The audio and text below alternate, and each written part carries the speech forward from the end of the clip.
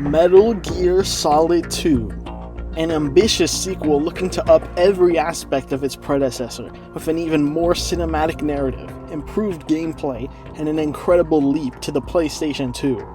Kojima went all in on this one. While the first game kind of hid its ridiculousness within its espionage shell, for this game we're going full force with the over-the-top, insane, mind-boggling stuff. A somewhat controversial title upon release for fans of the first game, Kojima looked to subvert expectations and make the audience question everything, whereas the audience just wanted more cool stuff with Solid Snake.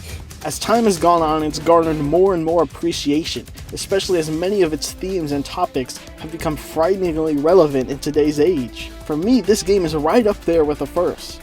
It does a lot of things better, and it contains a lot of my favorite things in the series. This game has one of the best openings and endings in all of video games. Everything in between is great too, with great level design and mission structure. Continuing from what the first game set up, the details, the environments, atmosphere, music, sound design, it's all incredible. There's a lot to go over here as this game is jam-packed with stuff. The Hudson River, 2 years ago. We had classified intelligence that a new type of Metal Gear was scheduled for transport. The whole thing stank, but our noses have been out in the cold too long. We begin with this iconic intro. Snake is back.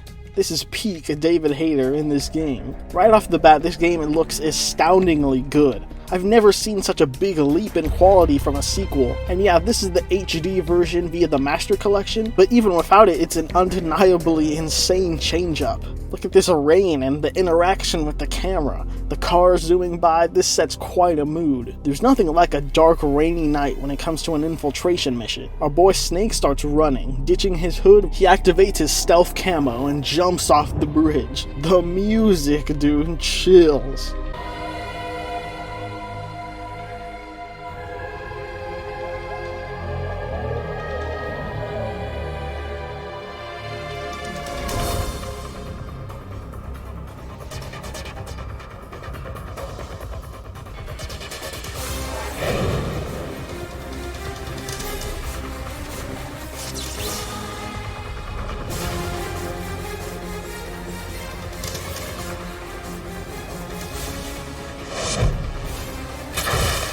Snake lands on this tanker that was passing under the bridge. The stealth camo unfortunately shorts out. We're looking like we're here to kill John Connor or something.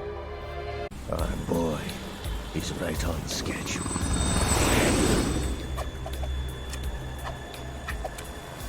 He'll know soon enough.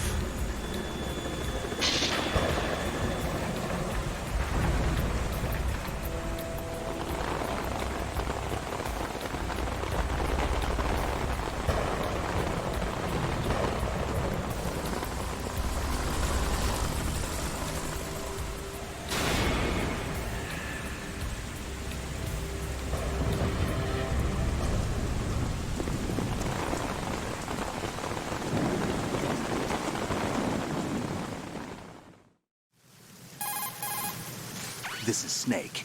Do you read me, Otacon? Loud and clear, Snake. Kept you waiting, huh? He said the thing! This is awesome, seeing Snake and Otacon at their peak, working together as a team. Since Shadow Moses, they've created their own organization, Philanthropy, whose goal is to eliminate Metal Gear. There's a new Turn the game console off right now. There's a new version of Metal Gear being held by this tanker by the Marines. We're to infiltrate and take pictures of it. All of a sudden, some Russians come in and hijack the ship. Looks like we're not the only ones after Metal Gear tonight. Russians? You sure? No Marine barber touched that head of hair.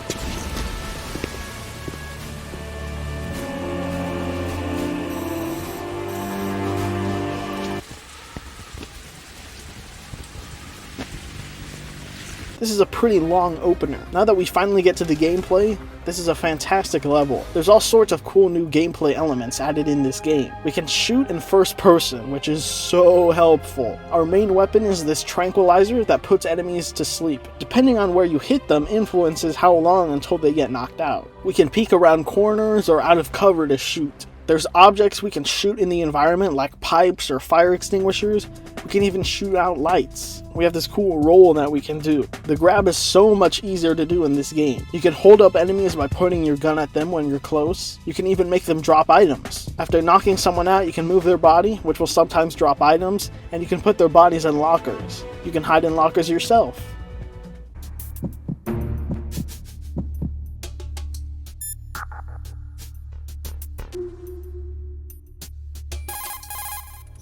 This reminds me of when we first met. I was the one inside the locker that time. We're equal now, huh? Not unless I wet my pants. That's a low blow, Snake.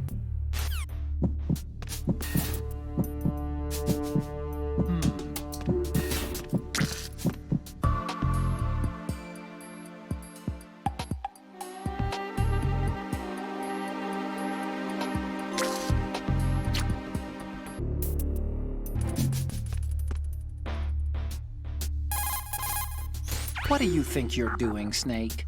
You don't have enough to keep you busy? Try to remember the mission if you can. You can vault and also hang off of ledges. When enemies see you, it's not an Infiltrate the enemy fortress. Outer heaven. Destroy the final weapon. Metal Gear. When enemies see you, it's not an instant full alert, which is so much better. They will try and call in the sighting. If you're quick, you can knock them out before they can say anything. However, if you do this while they're talking, the commander will notice this and send in an investigation squad, which is still better as you have avoided a full alert.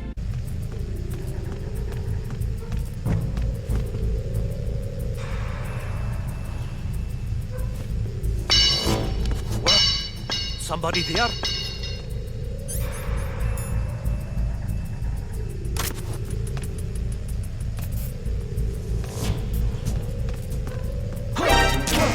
We make our way through the tanker and up to the bridge. Here we get introduced to Olga Gurlukovich, daughter of Sergei Gurlukovich, the commander of the Russian army. This is where I belong, with the unit. I have nowhere else to go. Father, I want to stay and fight. There is no choice to make here, Olga.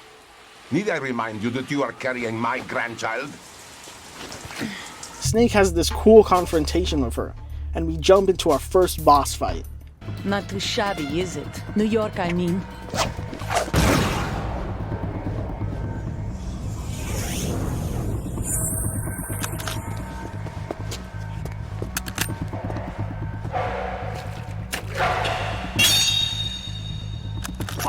And that brings our tour to its conclusion.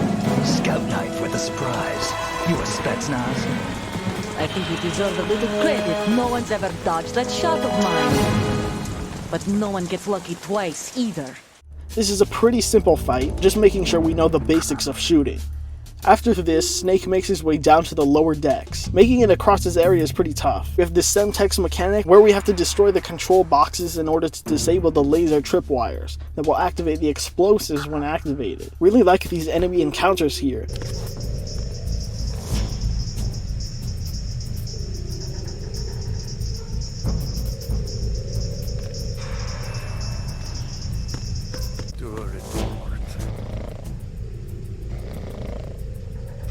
We come across these Marines who are completely unaware of the hostile takeover that's taken place. We have to sneak our way through these Marines to where Metal Gear is being kept before the commander's speech is over. There's some pretty goofy stuff that happens with these guys. Intruder to the left! Intruder to the right! Intruder in the back!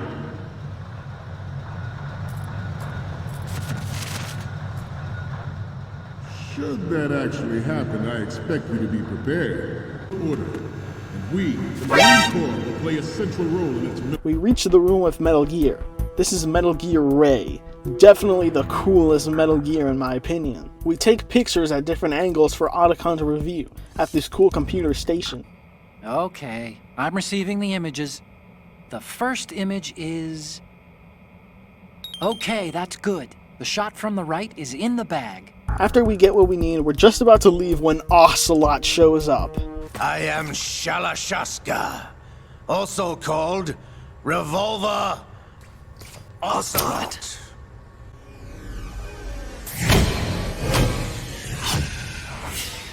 With him is Sergei Gerlukovich. They confront the Marine commander, Scott Dolph, who is not fazed in the slightest. Is there a point to this sad story? I love that line. But as it turns out, Ocelot is on his own side as he betrays Sergei. Yes, returned to the Patriots. The Lale Lule Lo. How's that possible? Ocelot, you! This is without a doubt the greatest Ocelot scene in the series. He really shows off his intimidating presence and his gun skills, as he guns down Dolph and Gerlukovich as well as a bunch of soldiers. He starts to confront Snake, then out of nowhere, this happens.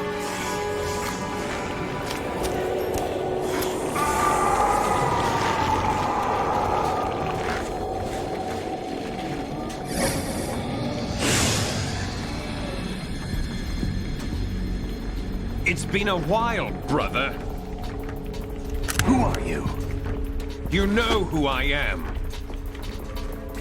Liquid? Not so young anymore, eh, Snake? You're drowning in time. I know what it's like, brother. What the heck? This is absolutely ridiculous, and this probably shouldn't have happened because it's easily the thing in the franchise that is mostly incessantly convoluted. But this is still cool having Liquid to be able to return this way. I actually much prefer the idea that Liquid is possessing Ocelot, and I love having Liquid's actor return. I love his voice so much. The price of physical prodigy. Few more years and you'll be another dead clone of the old man. Our raw materials are vintage, brother. Big Boss was in his late 50s when they created his copies. But I live on through this arm! Liquid's on. Ocelot gets into the cockpit of Metal Gear Ray and blows up the hole, and the place starts to flood. Ray is in amphibious Metal Gear and has no problems with water. Snake, however, is struggling. This is such a cool scene. Metal Gear Ray is so awesome. This visual of it on the tanker, then jumping into the sea, is incredible.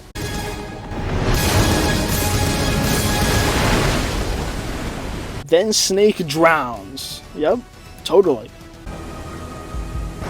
Snake!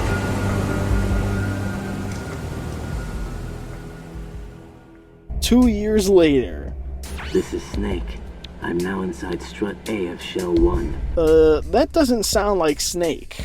The tanker incident, as it's now being called, had a big environmental effect on the area, and a cleanup facility has been constructed around it, known as the Big Shell.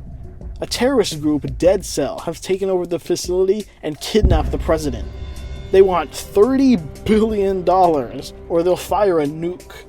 This sounds kind of familiar. Entering the facility, Campbell gives us a new codename. What's wrong with Snake? Just a precaution. You are now designated Raiden. This will be your first sneaking mission. The arms will naturally have to be procured on site.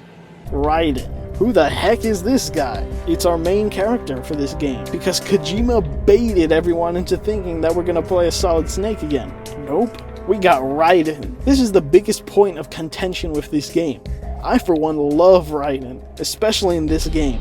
I love how real and goofy his character is. He really reminds me of Leon from Resident Evil 2, where he's lame and goofy, they both get taken through quite a ride, and have a perfect setup for a great character change by the end.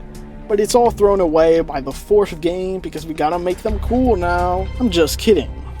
Or am I? Raiden is excellently played by voice actor Quentin Flynn. Now, instead of playing as the seasoned veteran, we're now the rookie VR nerd. Did you say nerd? Not nerd, node. Oh. These nodes are what we have to activate to get the Soliton radar online in any given area.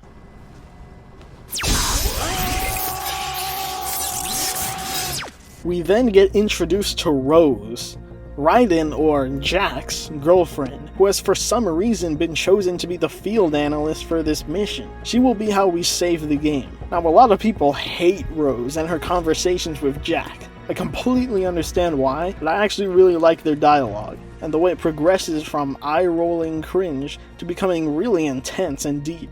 It provides great insight into Raiden's character, who we really don't get too much from for most of the game, aside from his slow disillusionment of the mission. Jack, What?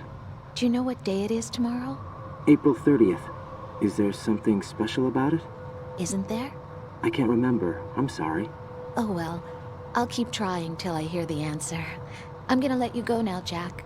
Take care. This part is exactly like the docks from Metal Gear Solid 1, where we have to wait for the elevator. Then we reveal Raiden's beautiful face and long blonde hair. Sons of Liberty. Sons of Liberty? The name of their leader is Solid Snake. The hero of Shadow Moses? We learn the terrorist leader is calling himself Solid Snake. But of course we know this can't be because Snake died, right? Could he have survived? Not a chance. Here we go. I love the big shell. Such a different vibe from the harsh cold of Shadow Moses. This place is nice and warm with seagulls everywhere and the sound of waves crashing below.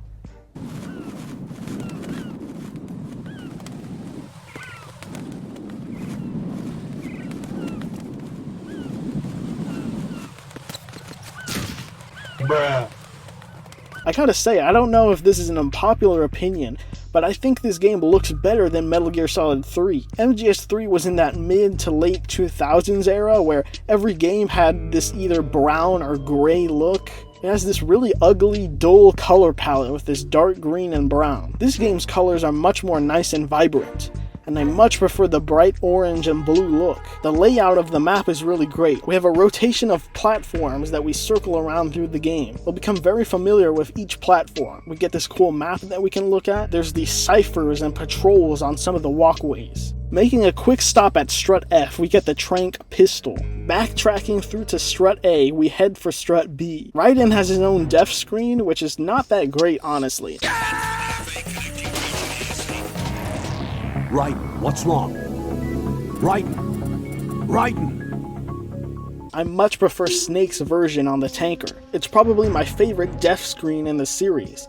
I love the orchestral version of the Metal Gear Solid 1 death music. Snake, you okay? Snake! Snake! In Strut B, we witness a massacre go down. This scene perfectly encapsulates this game's tone. This is a bloodbath. But also, the way this guy moves is so goofy.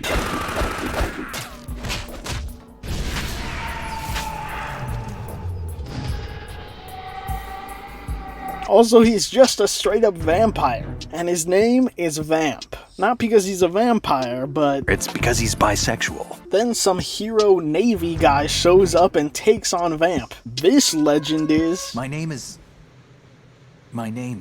Pliskin. Iroquois Pliskin, Lieutenant Junior Grade. A great new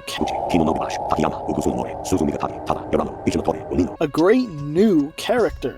His voice actor is really good. Had extensive training, the kind that's indistinguishable from the real thing. Raiden explains that he was a part of a VR training regimen. We learn more about Dead Cell. Now at first I thought these guys were kinda lame, and they are to an extent, but they're obviously meant to be. Either way, they're still the second best villain team in the series, I think. The members include Vamp, Fortune, and Fat Man. They were originally a Navy anti-terrorist organization, created by former President George Sears, but they've since gone rogue, and with this mysterious self-proclaimed Solid Snake, they've instigated this big shell takeover.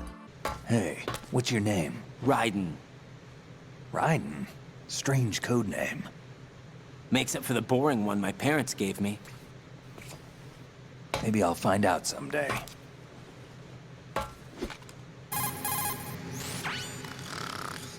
He's asleep?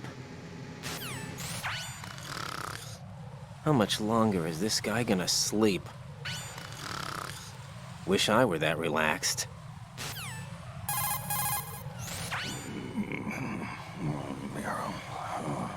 He's still sleeping. Liquid! Huh?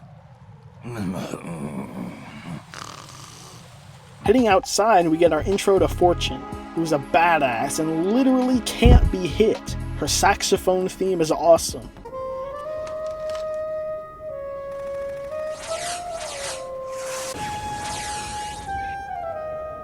Come, put me out of my misery. This is impossible. Nothing will hit her. Is she the one they call Fortune?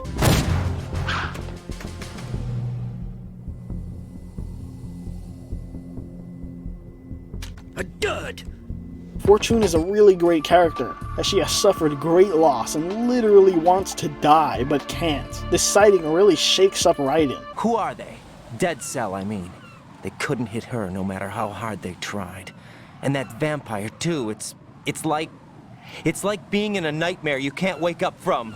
Jack, snap out of it. And you, Rose, I can't believe you're on this mission. I keep thinking I'll wake up. Raiden, this is real. And that's why you won't wake up. But nothing seems real.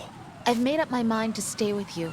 Whether this is real or a bad dream, I'll keep watching you till it's over. Thank you, Rose. And I won't let you be just a dream. This is a good counter to Snake, who did not react at all to stuff like this in the first game. We learn that the whole facility has been rigged with C4. We get sent to find a bomb disposal expert that was brought in by the SEALs. We move to Strut C, a fancy looking place. We find this guy Stillman. He was brought in because he was the mentor of Fat Man. Fat Man's placed C4 on each strut. What's your name? Raiden. That's an odd name. Stillman tasks us and Snake. I need scissors. 61. Stillman tasks us and Pliskin with disarming the C4. We can now call Pliskin for info on equipment, as well as Dead Cell. We learn about their downfall and get some backstory on the members. Fortune tragically lost her whole family, including her husband, Colonel Jackson, whose false incrimination and death was the focal point for why Dead Cell lost it. And her father, who was also the Marine Commander Dolph from the Tanker. We learn Vamp's story.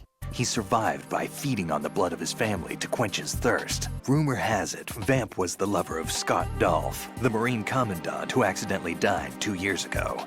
Scott Dolph was also the father of Fortune, the Dead Cell leader. And then there's Fat Man, who just likes bombs and is weird about his hands. Anyways, now we have to defuse these bombs around the shell. This game has a kind of mission structure here where we get more unique objectives and segments, and not just a thing where we have to go from one place to another. Using this coolant we are given in this scanner, we track down the C4. Jack starts to crack a little at the thought of having to kill people. Going up to Strut E, Jack runs into none other than Olga, who is now commanding the Russian army. After defusing all the bombs, it is revealed that the real plan by Fat Man was to have a bigger bomb activate once all the smaller C4 was defused. The bomb in Shell 2 explodes, killing Stillman. Raiden rushes to the starting area where we defuse the bomb. We learn about a large group of hostages that need saving. On the way, we are cut off by Fortune.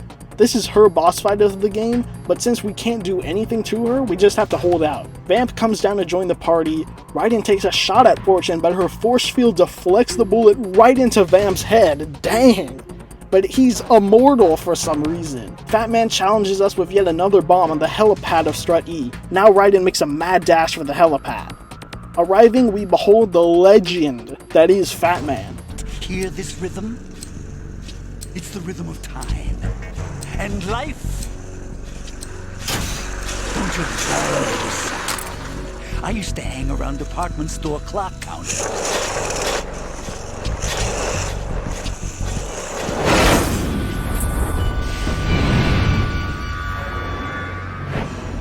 Life is short. Bombs tell the time with every moment of their existence, and nothing else announces its own end with such a fanfare.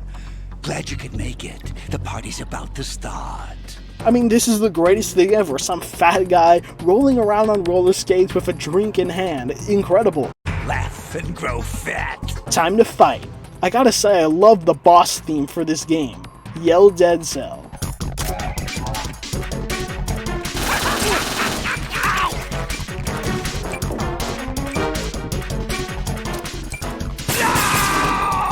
The Fat Man fight is absolutely ridiculous. This guy is zooming around, planting bombs that we gotta defuse. To do damage, we have to knock him on his ass. We can do this by rapid firing, but I also like body slamming into him. Little foxhound. Then when he's down, we shoot him square in the head. The party's over for you. That's what you think. What do you mean?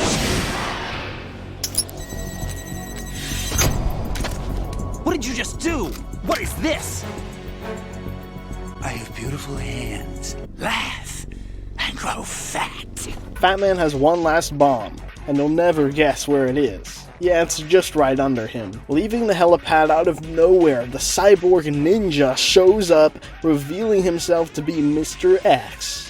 Working with him, we try and track down the president by locating a Secret Service agent named Ames, who's being held with the other hostages in the Shell 1 core. We learn that the real threat from the terrorists is none other than Metal Gear Ray, Metal Gear? which is being held here in the Big Shell. Rose confirms that Snake is indeed dead and... Remember what de Gaulle said. The graveyards are full of indispensable men. Rose confirms that Snake is indeed dead and buried. Now for our next mission, getting to Ames.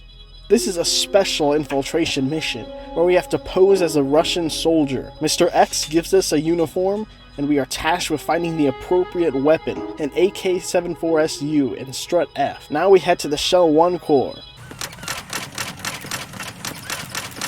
Yo, who installed this infrastructure? How are the normal soldiers even meant to navigate this? What are you doing? Who is that?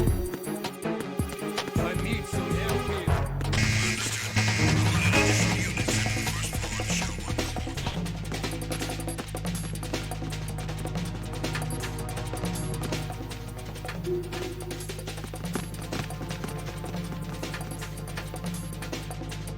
Return to your positions. Increase security. We go in and down into the first floor basement, where there's this parrot. Find a directional microphone, which will come in handy. Jack, how's the mission going? Fine. Let's talk about you. Me? Yeah, your least favorite subject. That's not... Oh yeah? Then go ahead and say something. Like what? Anything. Tell me something about yourself. I can't think of anything interesting to say. Why do you want to talk about me so badly? Because I'm curious. But why? Is it really that strange to want to know more about someone you love? No, it's not strange, but... You know, sometimes Oh look, now we're talking about me, not you. You're a real egotistical woman. Why won't you tell me anything? About what you were like as a child? What kind of things you liked to do? What kind of people your parents were? I've never heard you talk about any of that. Why? Don't you think it's just a little bit unusual that I don't know anything about my own boyfriend's past? Rose, when I get back, I'll tell you everything. Is that a promise? You're a real egotistical woman. It's a promise. Going down a floor, we snatch... Actually, there is something I have been meaning to tell you, but I just couldn't. I think you should know, though. On Saturday morning last week, I saw a guy leaving Rosemary's room. How should I put it? It was like they were intimate. I'm sorry. Sorry to bring this up during the mission, but... Going down a floor, we snatch up a soldier to use for a retinal scan, which gains us entry into the room with the hostages. Now to find Ames. We don't know exactly what he looks like, but we do know he has a pacemaker, so we use the directional microphone to listen in to everyone's heartbeats. You're Ames, aren't you? I'm Richard Ames. Secret Service? No, I was set in by the Lali Lule Lo, just like you. What? You're here to find out where the president is. We have little time, so I'll be brief. Ames reveals to us that the whole tanker incident and the Big Shell was set up specifically for the facilitation of a new Metal Gear. We overhear a conversation between Ocelot, Olga, and this so-called Solid Snake. Ames gives us a card that will get us into the Shell 2 core, which is where the president is being held. But apparently, the president is in cahoots with the terrorists. Ocelot comes in to confront Ames. Then Ames dies. Wait, what? He has a heart attack or something. Raiden gets outed, but then the ninja comes in and almost cuts off Ocelot's hand again.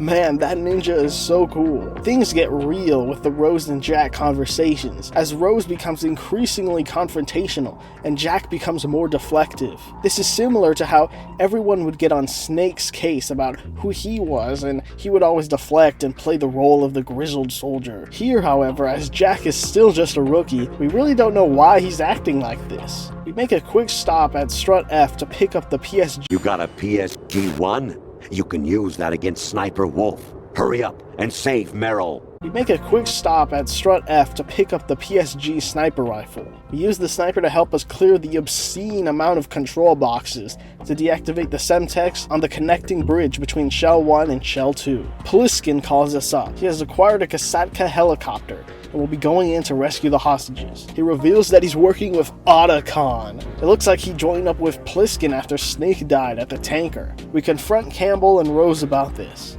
I really love how much more emotion we get from Raiden's character compared to Snake. For example, here when he gets really amped against Snake being the terrorist leader. Snake and his partner aren't terrorists. Jack, why are you defending them? I look back on what I've done here so far, and things like training and sense of duty alone won't get you through a sneaking mission like this. Jack, are you okay? You need something higher. I can't think of the right word, but it has to be pure will. Backed up by courage, or ideals, or something like that. I'd stake my life on it. The solid Snake that saved Shadow Moses couldn't turn into a terrorist. Maybe that's true, but they went down with that tanker 2 years ago. We even recovered Snake's body. And the DNA test results on the body say it's him. Jack, I know what you're saying, but Snake is dead. He can't be here, not even as this Dr. Hal Emmerich. But that also means that he can't be the terrorist leader behind this thing. Then, out of the shadows, the real terrorist leader reveals himself. So you're the boss around here? No, not just around here. I'm the boss to surpass Big Boss himself. Solid Snake. No, that is not Solid Snake.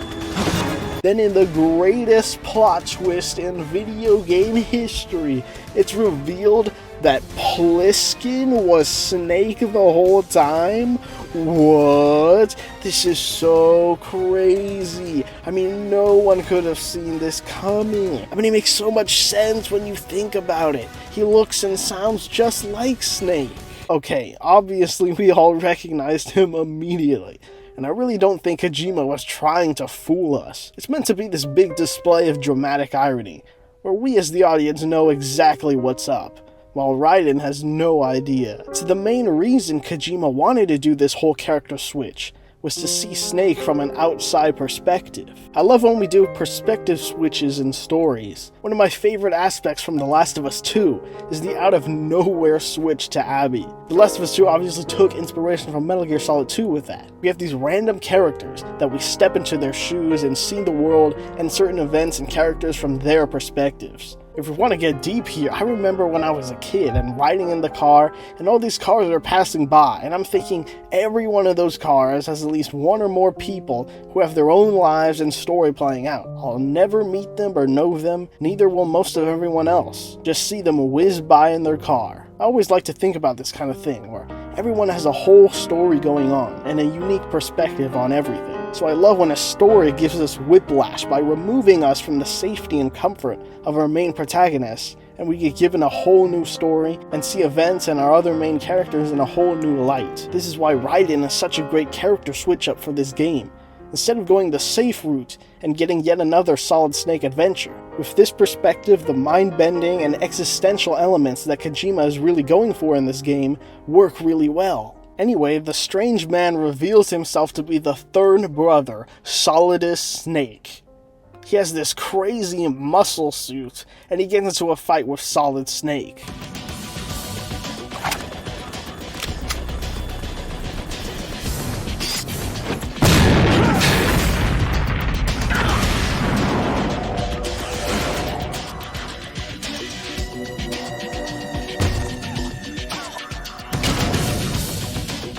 That the best you can do, Snake?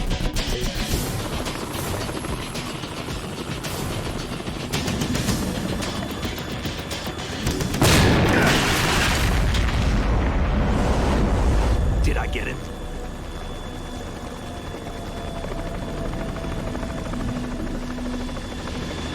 Solidus gets into a Harrier jet that's being flown by Vamp. What can't that guy do? Now we fight the Harrier. This is such a fun boss fight as the Harrier whizzes around the air. Snake drops us a Stinger launcher for us to use.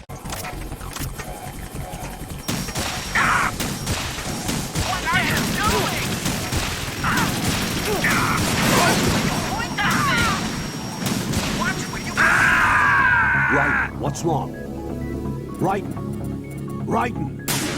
I love all the different moves by the Harrier. Trying to burn us, giving us a barrage of missiles, trying to gun us down. We also have a 2-layered stage to maneuver around it, and cover points. It's super fun. We defeat him and somehow his eye got destroyed. How the hell did that happen? The plane goes down, but then is caught by Metal Gear Ray, piloted by Ocelot. So cool! That's Metal Gear! It's already active! I love how Quentin Flynn delivers that line. Vamp gets sent out. This is so goofy looking. Ray descends into the depths below. Snake tells us everything. Snake, you're a legend, and that's why I need to ask you this. Legend? A legend is nothing but fiction. Someone tells it, someone else remembers. Everybody passes it on. I'm here because I was assigned to this mission, not because I want to. If I could, I'd be out of here in a second. How could you come back to all this? Why keep fighting? There's something my best friend said to me once. What? We're not tools of the government, or anyone else. Fighting was the only thing I was good at, but at least I always fought for what I believed in. What about the DNA results from that body? That was Liquid's body. He and Snake are identical on the genetic level. Liquid? A deception, for our own protection. Then Raiden gets into a heated talk with Campbell. That man was the real Snake all along. Maybe. Maybe? Don't let your guard down with him. Why do you say that? Because they were never a part of the simulation. They're an unknown factor. You can take your simulation and... We're out here, we bleed, we die. Calm down. I suggest that you do, Raiden. Even if that is Snake. That has no bearing on your mission. Colonel, you and Snake used to be on the same side. I don't understand. I read about you and Snake in the Darkness of Shadow Moses. I don't give a damn what that piece of trash said. Do you get me? Nastasha Romanenko? Isn't she the one who wrote In the Darkness of Shadow Moses? We maneuver our way into the Shell 2 core where the president is being held. Oh, I'm going to go in my pants. Nobody's looking, right?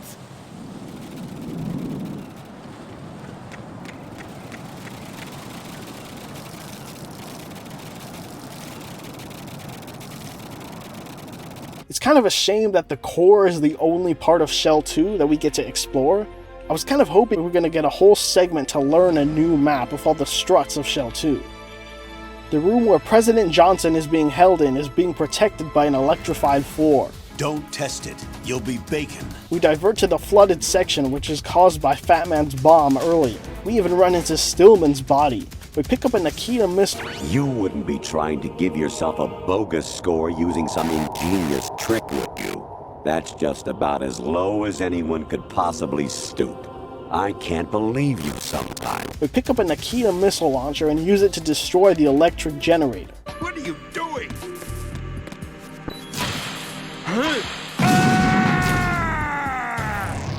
What the hell happened? Raiden! We meet the president, and without hesitation, he assaults Raiden. What the heck? What the... You're a man? There's literally no explanation for this either, unlike the one in MGS3. The president reveals what's really going on. He reveals to us about the Patriots. Basically, they're the most powerful group of people, the top 1% of the top 1%, the guys who play God without permission. Everyone in the government, the president included, are nothing but pawns to do their bid. They're the very order of the world, and the president wanted to become one of them for power. However, Solidus, who was the former president, George Sears, wanted them destroyed.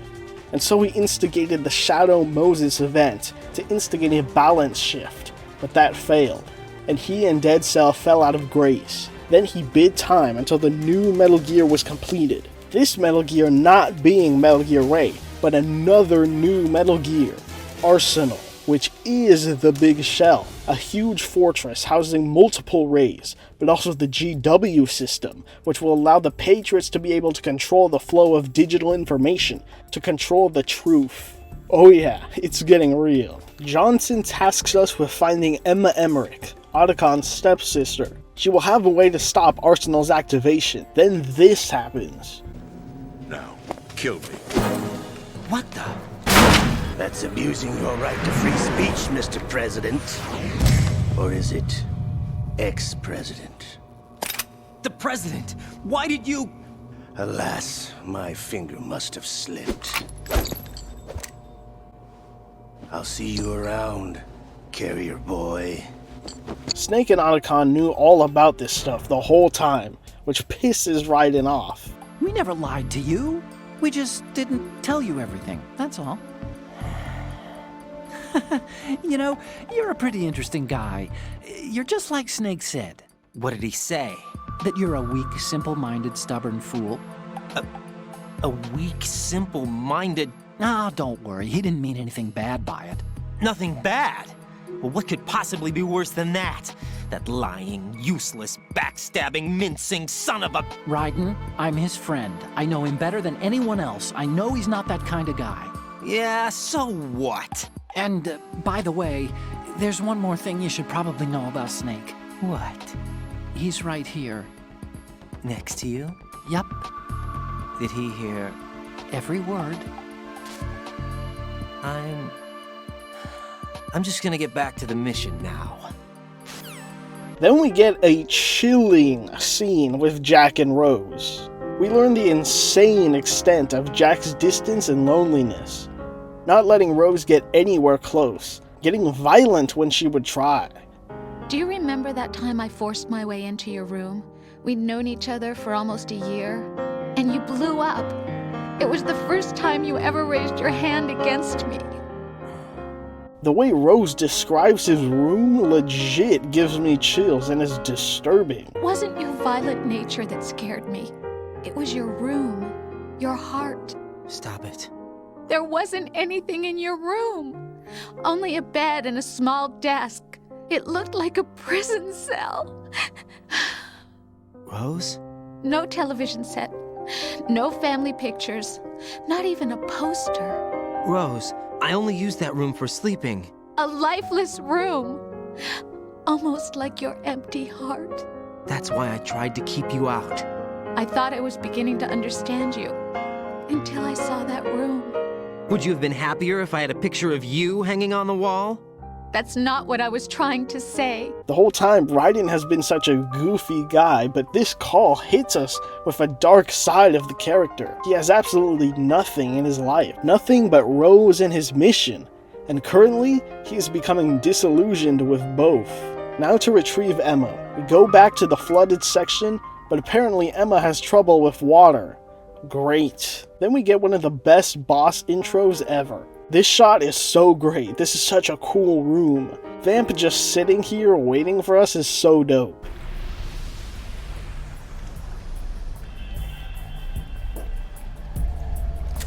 Still ticking, huh? And this line? Unfortunately, hell had no vacancies.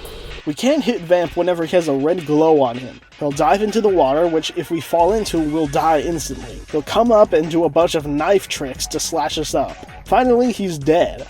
We don't have to worry about him anymore. We find Emma, and this is where things get... Variety level 7. Shoot down the space invaders. Training will have to be postponed if we are invaded by UFOs. We find Emma, and this is where things get... weird. We were stepchildren in our parents' second marriages. We both wanted to be loved so much. So much that we used to pretend. Pretend? Yeah, we used to play house. My brother was the husband and I was the wife.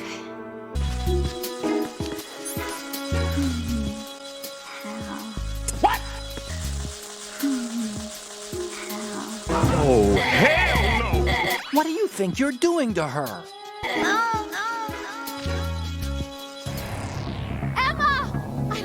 goodness! Jack, what did you do?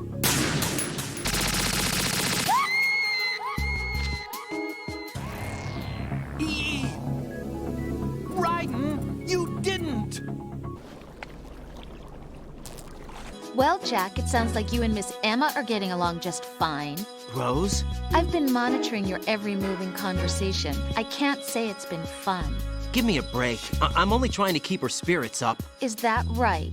Absolutely. My mission is to get her to the computer room. That's all? Yeah. You're lying. You're attracted to her, aren't you? I'll admit she's cute. Cuter than me? Rose, you're beautiful. You know how I feel about you.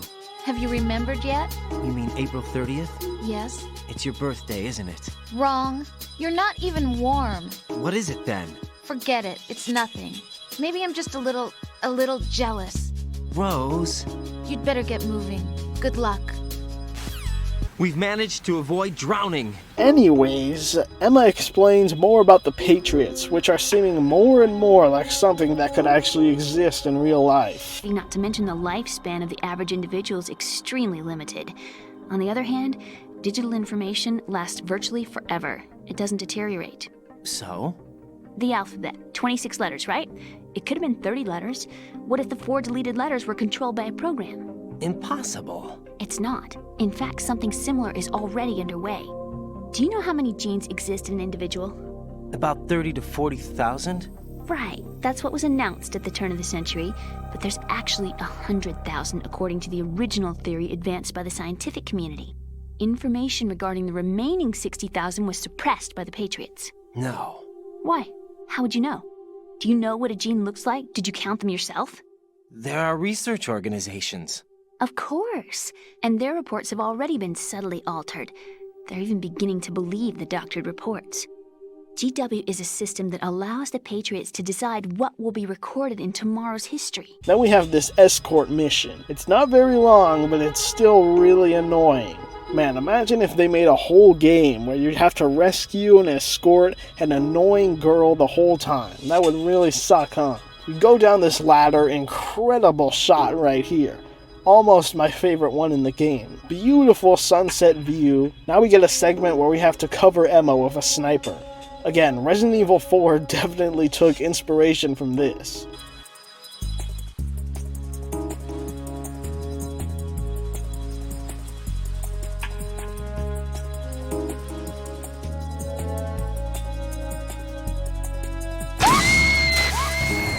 Emma, open your eyes.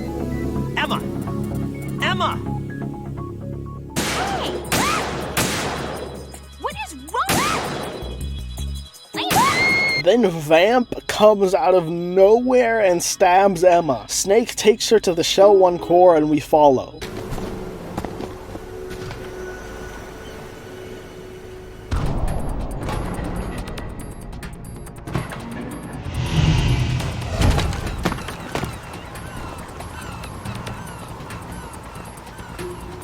Jack is really starting to snap here, saying deep down he enjoys all the killing, something even Snake never admitted to. He calls himself a born and bred killer, but this is his first mission. All he did was VR. Snake, like Shakespeare said, naught's had, all's spent, where our desire is got without content.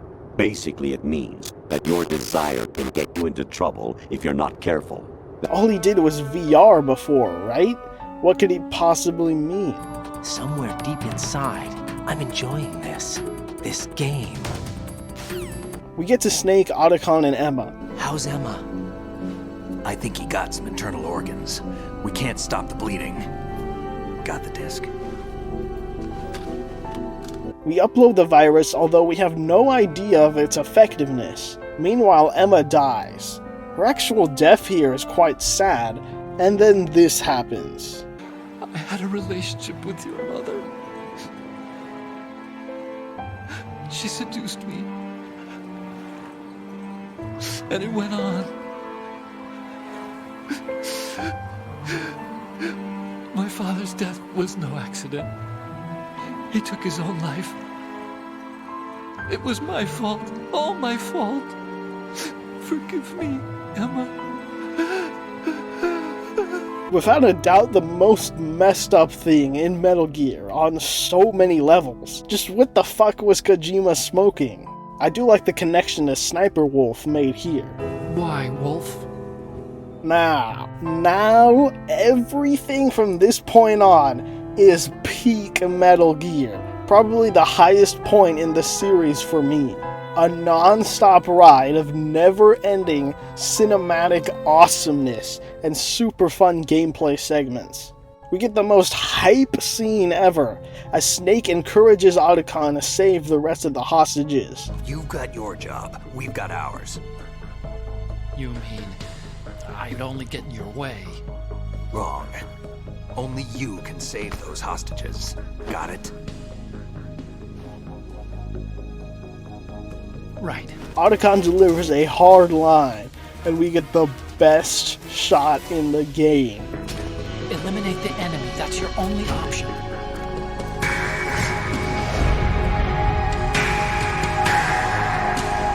Hell yeah. And then Otacon has a breakdown.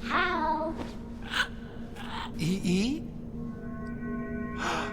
Damn! But then we get the coolest handshake in cinematic history. Leave it to me.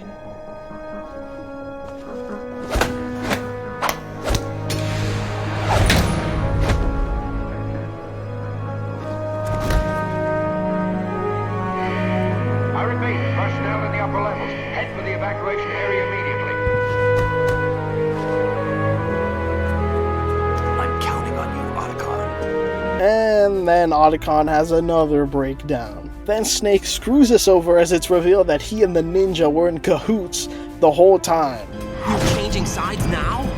Change sides? I don't recall saying I was on yours. And the ninja is none other than Olga. Ready for some shut-eye. Then Raiden gets knocked out and gets sent to Arsenal below.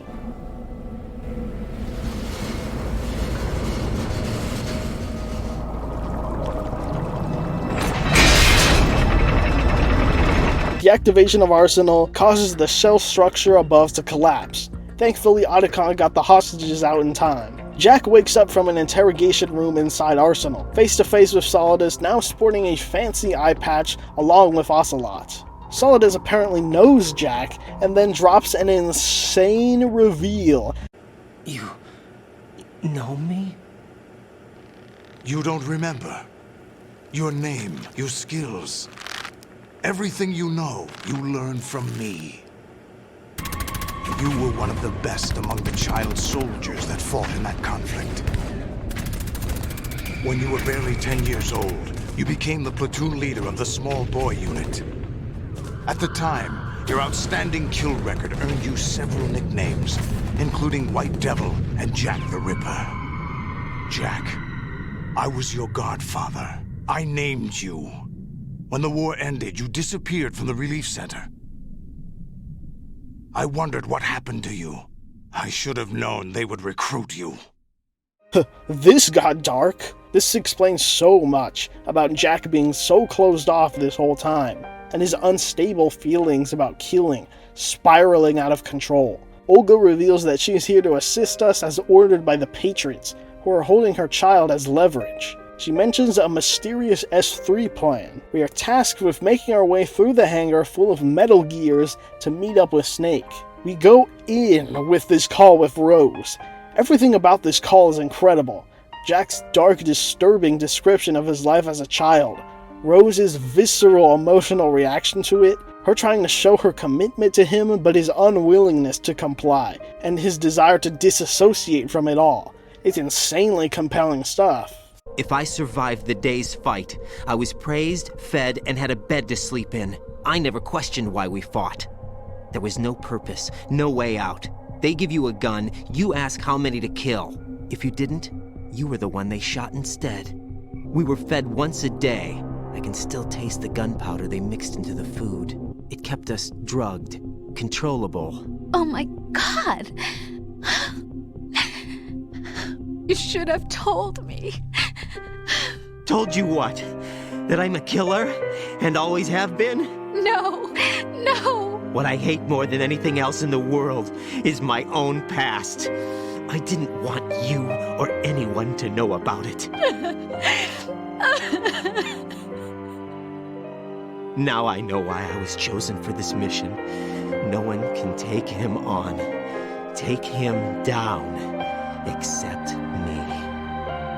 I've been kept alive this long for this. I knew as soon as I saw Solidus. Jack, I love you the way you are now. You have to believe me. The last 2 years with you, it's been more than I've ever hoped for. Jack.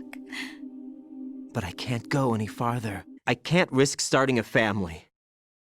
There's no way to erase my childhood. Here we go, released from our bonds, we are completely naked here. This is pretty goofy. Finally some levity, right?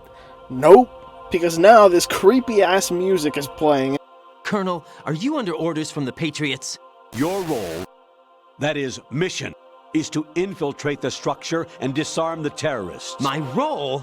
Why do you keep saying that? Why not? This is a type of role-playing game.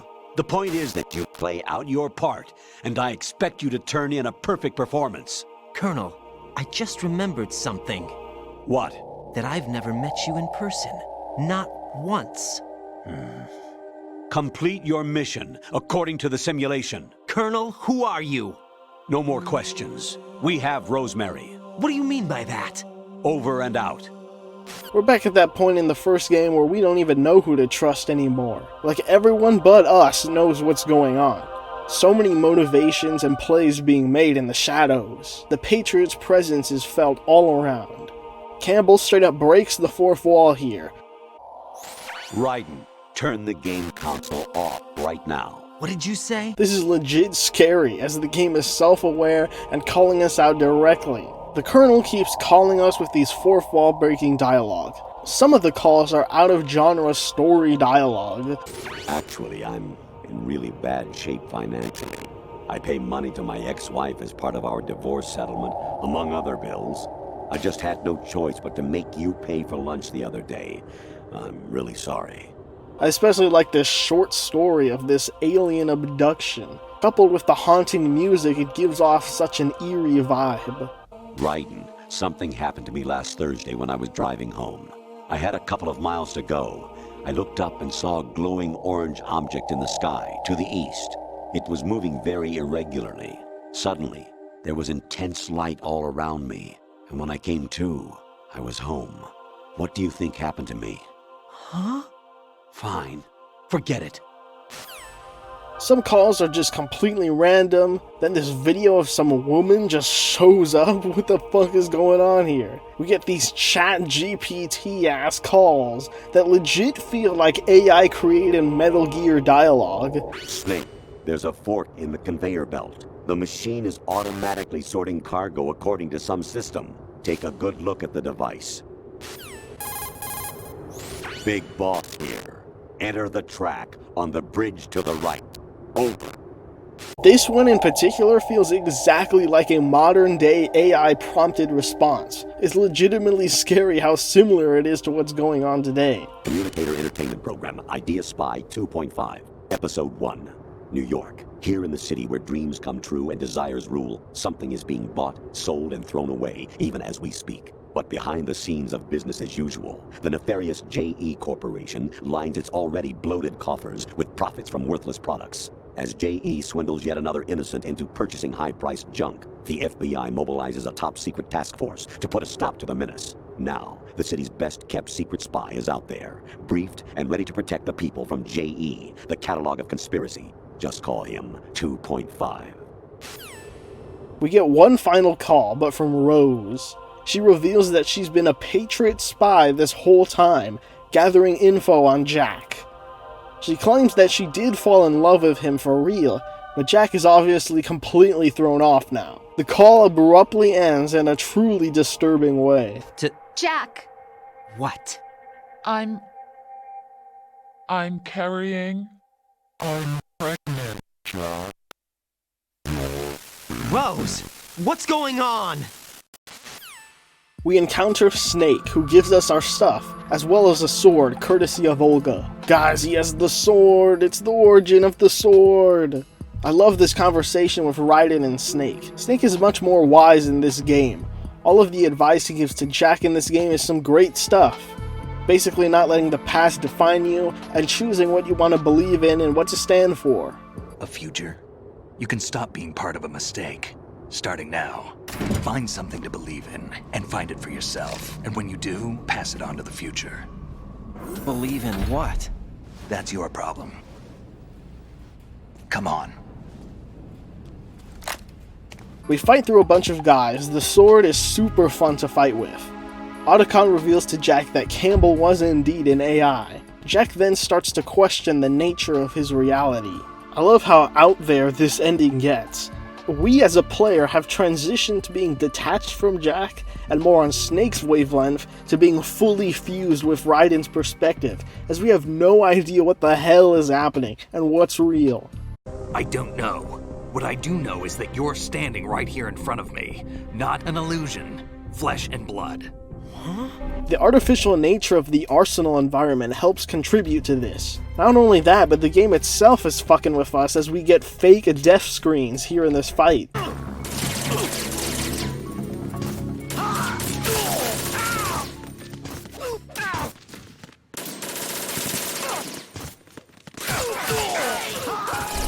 We run into Fortune, who blames Snake for all her misfortune. Snake stays behind to fight. Love this yell he does here.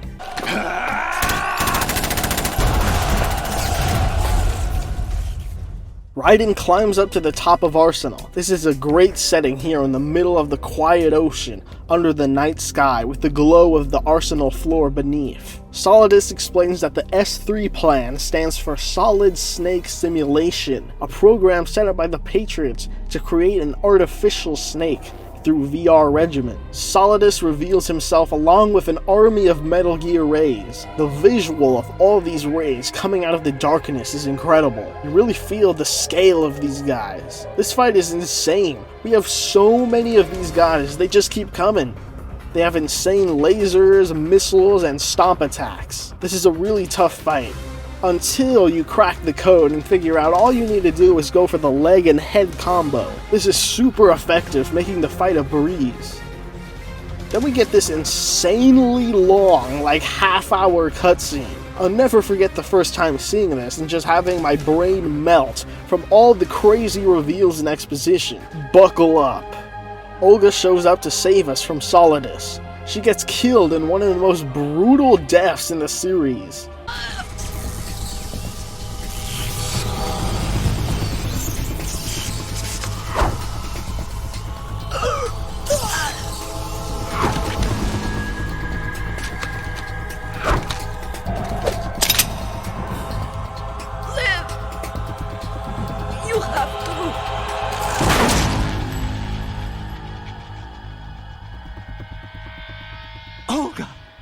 The AI of the Metal Gears goes haywire due to the virus, and Solidus has this badass fight with a Metal Gear. Solidus is such a cool villain. This shot goes so hard. Damn the Patriots! Alright, time for an overload of reveals. Fortune was planning to hack Arsenal, but this was actually Solidus using Ocelot to plant that idea in her head. Solidus' real plan was to get the list of names of the Patriots from the GW system. He would go and kill them while Dead Cell uses Arsenal as a distraction. Got all that? There's even more.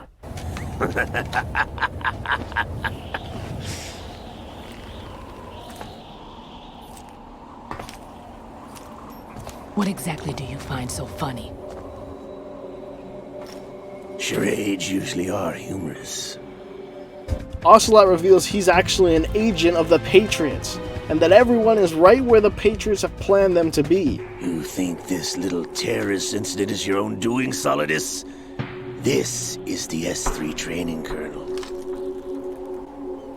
An orchestrated recreation of Shadow Moses. What?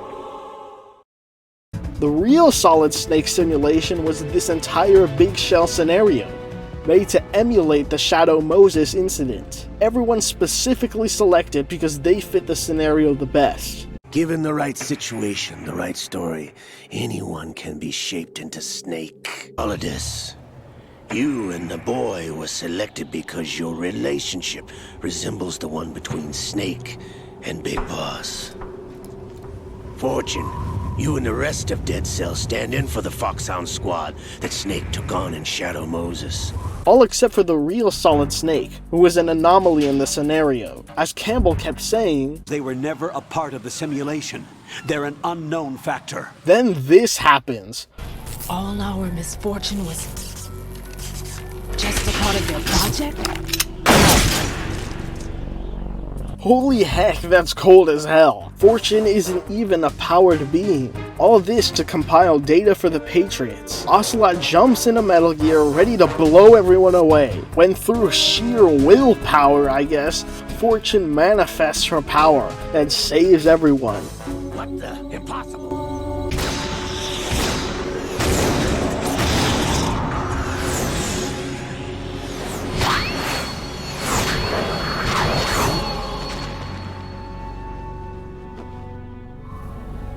She is Lady Luck.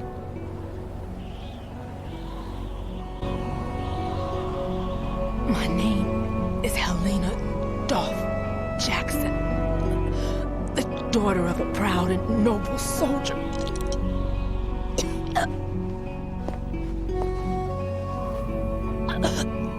I can see my family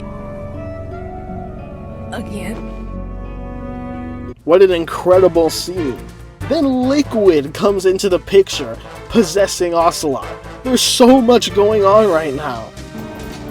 Brothers! Liquid! I've been waiting for this! It can't be.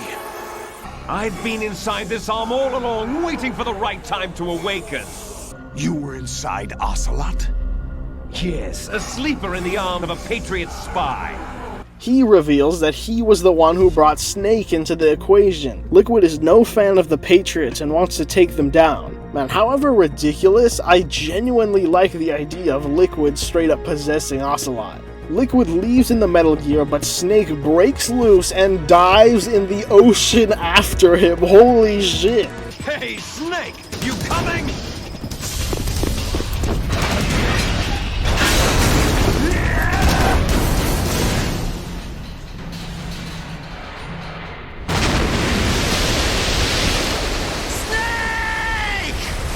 This all somehow causes Arsenal to crash into Manhattan and destroy a good chunk of the city. We don't get to see this because it had to be cut due to the proximity of this game's release with 9/11. Jack and Solidus end up at Federal Hall. Today is April 30th, the day George Washington took office, where the country was supposed to be led to an age of freedom. But obviously, America has never become a truly free country. This will increase with the digital censorship that the Patriots will employ, freeing the world of the Patriots and enabling an age of freedom. Solidus will be remembered. That's his ultimate wish. So is true for all of us, no? He name drops the game, and we get the scene. The Sons of Liberty!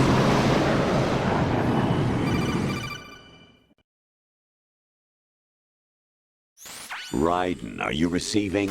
We're still here. Let's fucking do it. Let's break it down. Patriots are an AI system that extends even beyond the GW system. The AI's self-awareness as it describes its own existence and its comparison to any other life form is creepy as shit. It's not unlike the way life started in the oceans 4 billion years ago. The White House was our primordial soup, a base of evolution. We are formless. We are the very discipline and morality that Americans invoke so often. How can anyone hope to eliminate us?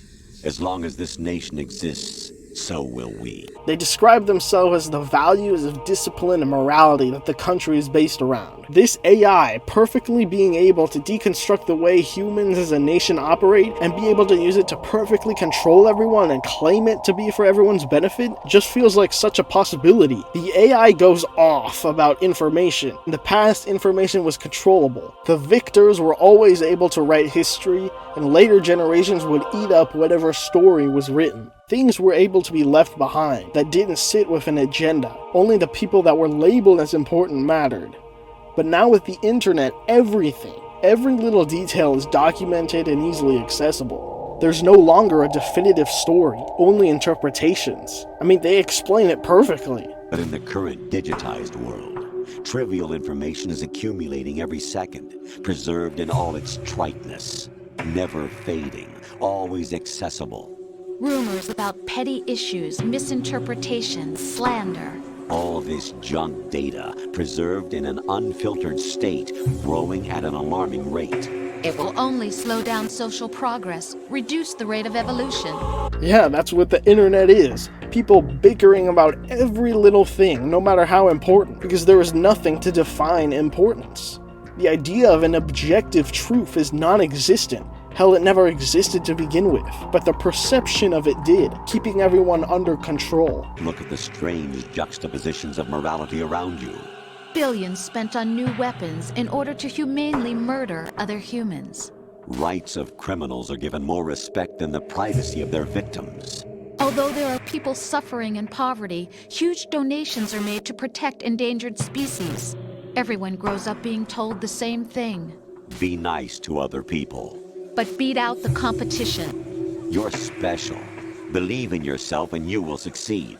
But it's obvious from the start that only a few can succeed. With this, it's all plainly described. Right here, they just describe Twitter. The untested truths, spun by different interests, continue to churn and accumulate in the sandbox of political correctness and value systems.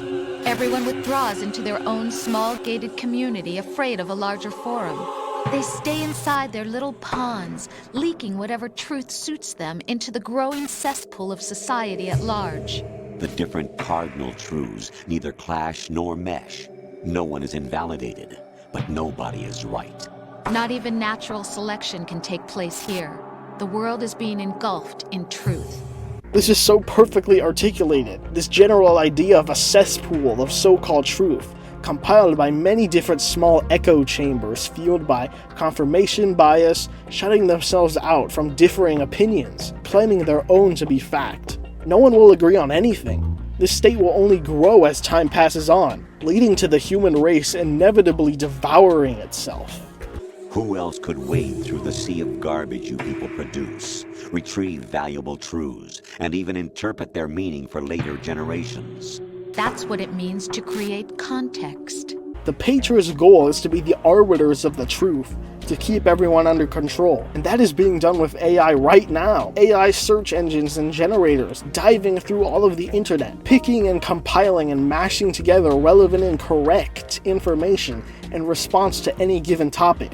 I mean, I hate to say it, but just looking on something like Twitter, it's insanely scary to think that some of these people even exist. Like, think of some of the most heinous things you've ever seen be said by people in whatever regard. It's so easy to just see those people as pixels on a screen, but those are real people who think and spout out that stuff.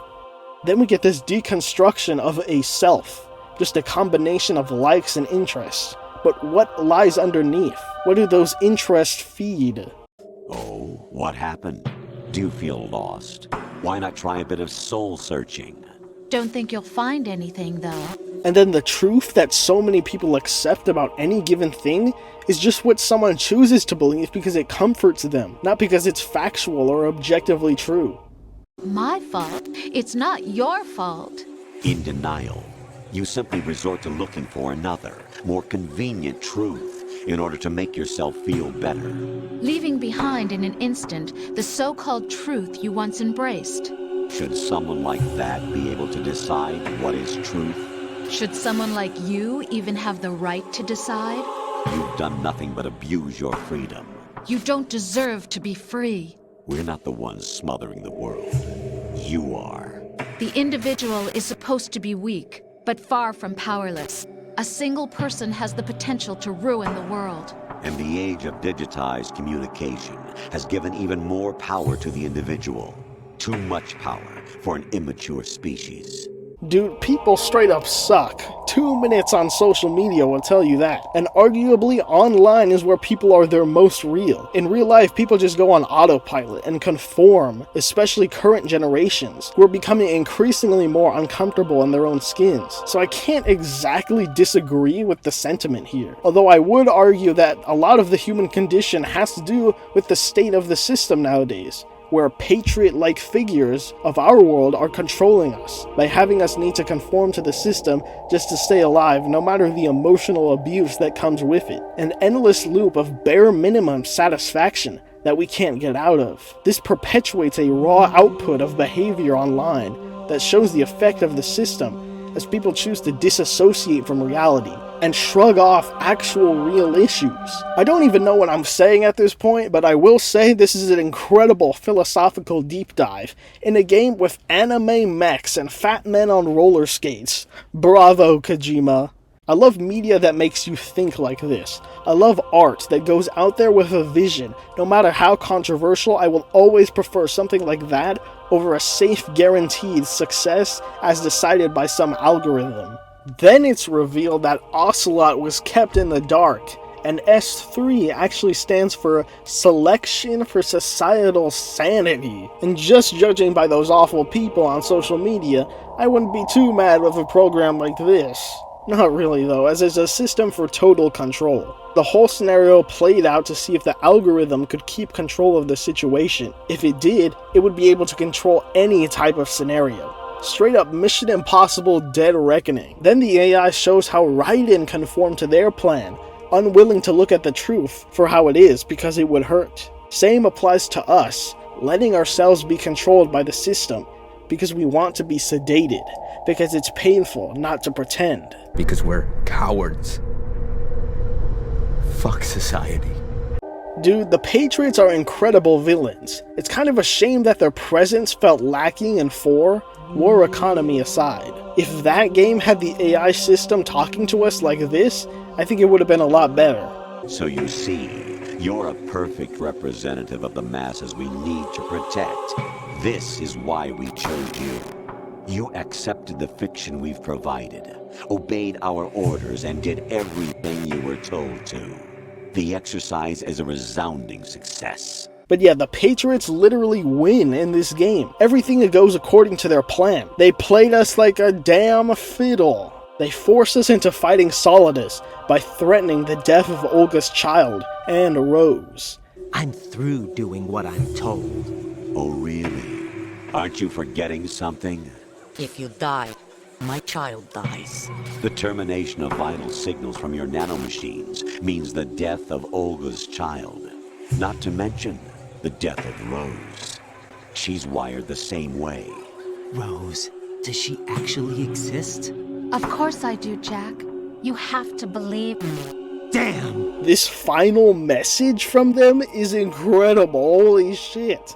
So, Jack the Ripper, will it be Solidus, the Patriot's creation, or you, Solidus's creation?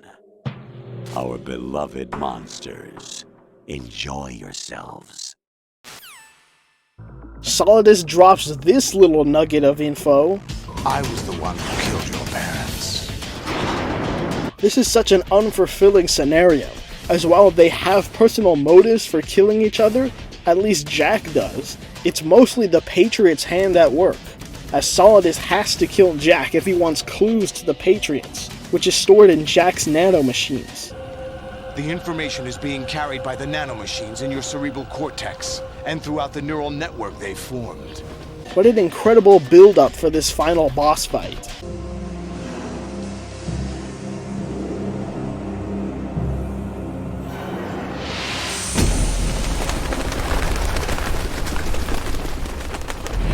Brace yourself. Here we go. We can only fight Solidus with the sword. Solidus is basically Dr. Octopus here, and has a bunch of tentacle attacks, and can zoom around the map. I really like the way the camera moves as we run around. This is a really fun fight. It ends with an epic finisher from Jack.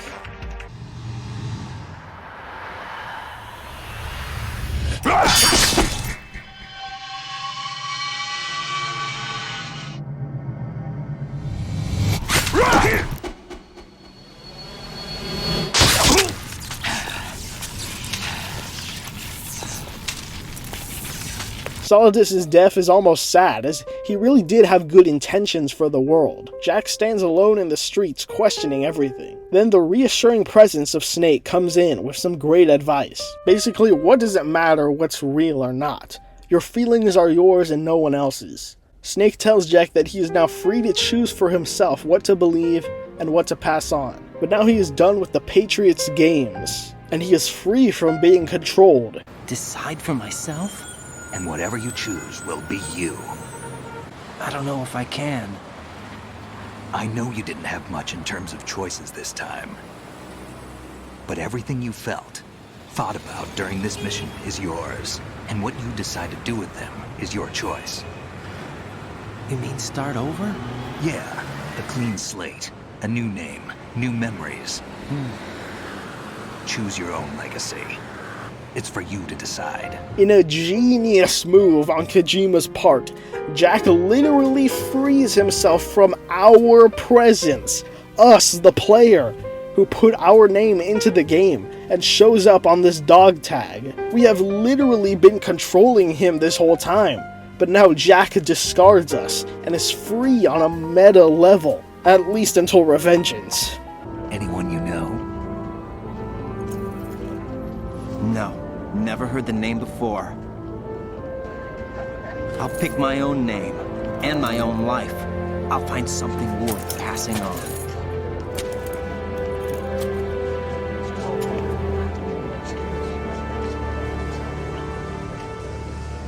They taught me some good things, too. I know. We've inherited freedom from all those who fought for it. We all have the freedom to spread the word. Even me. Snake is off to hunt the Patriots and rescue Olga's child. He has the real list of Patriots' names, giving us a glimmer of hope. Most things went as the Patriots planned, except for being able to predict that Liquid's arm attached to Ocelot would possess him and send word to Snake, altering things just enough to be able to get this list. But how in the hell could they have seen that coming? Love this send-off shot of Snake, so iconic. Jack comes face to face with Rose. I guess she was real. Can I ask you something? Who am I, really? I wouldn't know. But we're going to find out together, aren't we? Oh. Yeah. Jack is now not willing to let the past define him or Rose, and decides to start anew.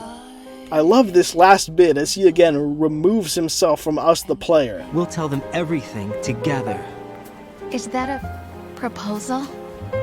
This is for your ears only. Man, what a great arc for Raiden. I love that ending so much. It would be such a shame if they completely disregard it, have Jack leave his family and become a war machine again, wouldn't it? And boom, the credits roll.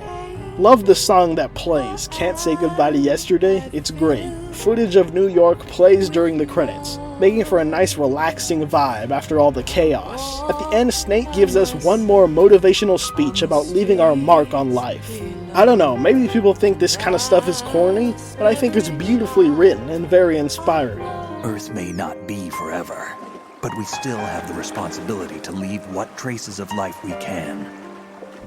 Building the future and keeping the past alive are one and the same thing.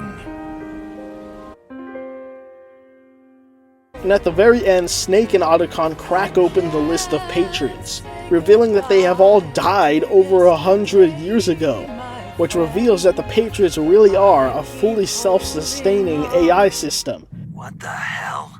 But also brings up so many questions, mainly how the whole AI system came to be in the first place. And that's a wrap. The game is over. What a fucking insane experience. Definitely in my top 10 games of all time.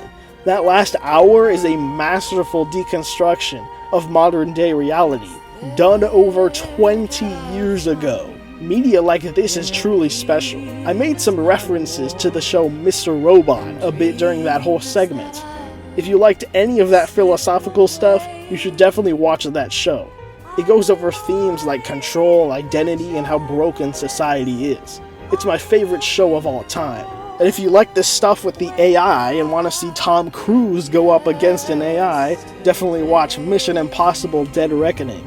Anyway, it's insane how Kojima predicted all of this stuff during the early days of the internet. Even just the commentary on society and the internet is insane. But even still today, with the current rise of AI and algorithmic systems controlling everything, this thing just keeps becoming more and more relevant. And that's just for the one part of the game. Everything else is still so incredible, with a cinematic narrative with fun characters, goofy, over-the-top stuff happening left, right, and center, layers upon layers of complex ideas with just plain cool action and imagery. A much improved visual style and stealth action gameplay, great level design, fun boss fights, great music. It's such a great game, right up there with the first. I think I do like the first just better, as you just can't beat Shadow, Moses, Meryl, Otacon, Foxhound. The bosses were a lot more challenging. I don't really like Emma's whole part of the game. It's not all bad, but it's definitely the low point of the game. The first game only faltered for that one bit with the PAL key. All that said, 2 absolutely still does a lot of things better than 1. I just prefer the feel of 1 a bit better. Unpopular opinion, I guess, but I like both a lot more than 3. I still love that game, but I don't like some of the gameplay alterations or the level design as much. We do have that remake of Snake Eater coming soon. Hopefully soon. So we'll have to take a look at 3 sometime before then. God help me, but I actually have faith in that game and Silent Hill 2.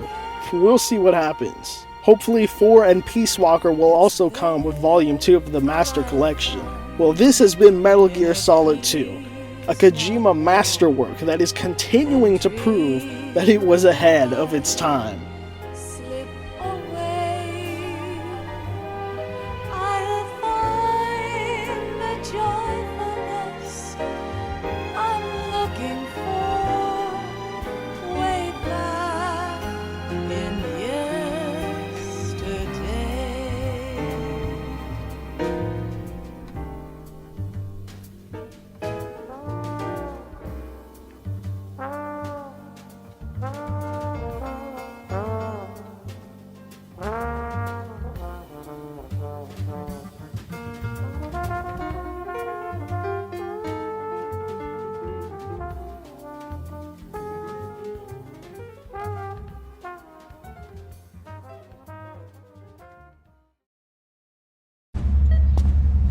I'm afraid it's been